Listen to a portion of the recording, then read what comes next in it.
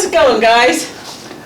Well, it's going much better than it did last week. Oh, yeah. You feeling better? I'm feeling much better. Good. I did not have the coronavirus. Yet.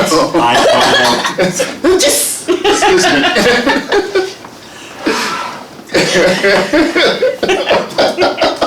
No. You know,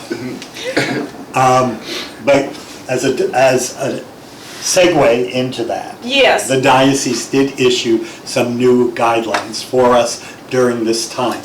And these guidelines are good not only for, the fear of the coronavirus, but also the much larger fear of the flu. When you look at the number of deaths from the flu in our country alone, it is a shame that nobody is really looking at that. But beside that, people who have flu-like symptoms are asked to stay home. Please remember, if you miss church because you're sick, that's not a sin. I don't want to hear it in confession. We are asked as deacons, priests, and extraordinary ministers of Holy Communion to use proper hygiene, to wash our hands with soap and water or antibacterial hand sanitizer before and after distributing Holy Communion. This bottle of hand sanitizer is the only one we have left. They're all gone. So this will be on the credence table, and I will be instructing, and we're instructing all our Eucharistic ministers to please use it. We will refrain from offering the cup at Mass until this scare is finished. The precious blood will return to Masses here at St. Robert's after an appropriate time. As far as the sign of peace, folks, everybody's afraid to shake hands and to hug, and people are doing fist bumps. They're also doing elbow bumps. Like this. Leave me hanging. Oh, sorry, I didn't see Okay. it. He was elbowing me. Okay. I'm being elbowed from both sides. The reality is that, bottom line, do you know who touched the pew you're holding on to where you're sitting? Oh, a science fair experiment at St. Aloysius a few years ago. They checked to see where the most germs were on your phone, on church pews, and public bathrooms. Or maybe it was regular bathrooms, their own. Church pews were number 2 for germs, all kinds. So if you become that panicked, stay home. Yeah. Please. Okay? But it is Anybody important. they can kiss their family. I mean, hey, listen, if anybody's sick in your family, you already gonna got get it, so relax. That's right. And use proper care. This is important, this is serious. But we ask you not to panic, because I'm not panicking. Are you panicking? I have boys, you kidding me? So, again, with the kiss of peace, if you're offering it to somebody and they are not comfortable with it, of course we have to respect one another and Yes, each other's absolutely, boundaries. yes. So if you're comfortable offering and somebody else is not comfortable receiving, don't be offended. Just nod and say, But whatever you do, let's cut down on this. Okay. Yes.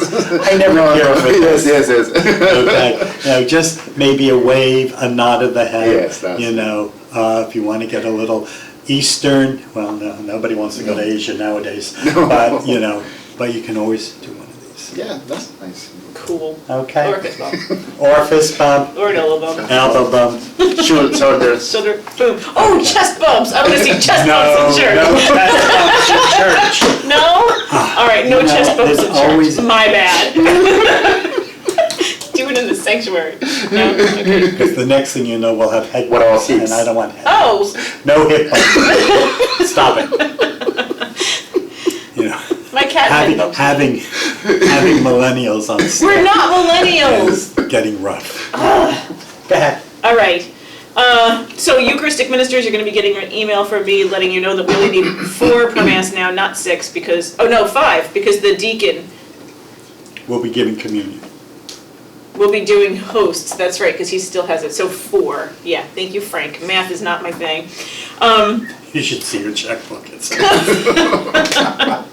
Who uses checkbooks anymore? All right, so yesterday we had our Lenten lunch, our first Lenten lunch. It was hosted here, and Reverend Dirk Rankin from the Episcopal Church preached. It was lovely. We had an It was amazing, I think lovely. we must have had 200 people here yesterday. Oh, that's I- Really? I don't know, I think that was more, Frank, did you look? Both of, We had to put extra tables because, yeah, there was a larger crowd. Yeah, it was a lot Yeah, of there people. there was a large crowd, now that you mention it, yeah. It was okay. big. It was And then, nice. it was lovely, really lovely opportunity to come to pray together, very, very nice. And the next one is next Wednesday at Bethel AME, which is in the borough, near the jail, and the Jehovah's Witnesses place, Waterworks Avenue. And Bishop Fred Rubin from the Pentecostal Church, Community Refuge, is going to be preaching. I'm really looking forward to that. I like Yes. Fred a lot, and I'm dying to hear him preach again. And now last night, we had our Children of Abraham series, and that was a lecture from, Dr. Salib Sarsar, who is a professor at Monmouth University,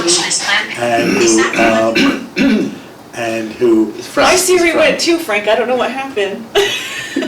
Sorry, go ahead. it's just really letting you know I have like Oh, 8 minutes, all right, 8 we're good. minutes Go ahead, sorry. before I have to go say mass. Go ahead. But anyway, Dr. Salib, spoke on Jerusalem as his home. He grew up in Jerusalem. His family life in Jerusalem mirrors the most recent history of Jerusalem. He is a professor of political science at Monmouth University, and he was very informative. It was excellent. And a very gentle, sweet soul. Very nice. And he worked with your sister-in-law. And he- That was my- so weird. She was my his assistant sister-in-law. for years. Yes. Did you text her? Well, no, because it was late. Oh, I'm gonna I was going to text say I her should get a today. picture of the two of you and just have you send that to her, but I We did. spaced. So, but it was lovely. And the next Children of Abraham is in May, I think the 29th. May 27th, I think. Okay, sometime in May. It's at the First Baptist Church, and it will be focused on the use of water in our traditions. Yeah, I hope he opens his baptistry. John has the best baptistry. I have baptistry. Can we get back on Yes. this? And Yes. okay, so the last things we need to know are, And if we see any more pictures of stained glass windows, we know what church they're from. well, they have pretty stained glass. Right. So Okay. the other thing is that we still have lots of Lenten offerings here at St. Robert's, which of course Stations of the Cross every Friday. We have confessions, Stations of the Cross Fridays at 7. How long does that last? Like a half hour? Probably a half hour. About a half hour. And then we have confessions on Tuesdays. from 7 to 8. And then, of course, our regular confessions on Saturdays after the 9 9 and after the The 4:30 4:30. Mass. And then there's going to be a day of reconciliation and adoration, March 27th. March 27th. That's a Thursday, isn't it? No, it's a Friday.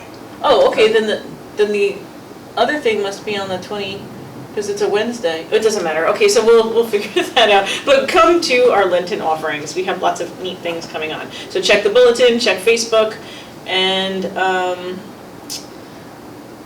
the website. Yeah.